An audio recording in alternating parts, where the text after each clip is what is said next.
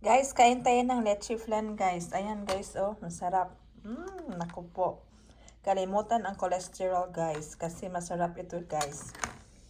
Mag-inom na lang ng ano, after leche flan, guys, mag-inom ng barley coffee kasi ito siya, maganda ito sa ating guys, kain tayo ng leche flan. Masarap siya, guys. Hindi ako marunong gumawa nito, guys. Kalimutan ang mga cholesterol, guys. Importante, masarap yung pagkain mo. Perfect. Masarap. Mamaya, guys, iinom ako ng aking kape para healthy. Kaya, guys, kung interesado kayo, let me know kasi maganda ang benefits dito, guys.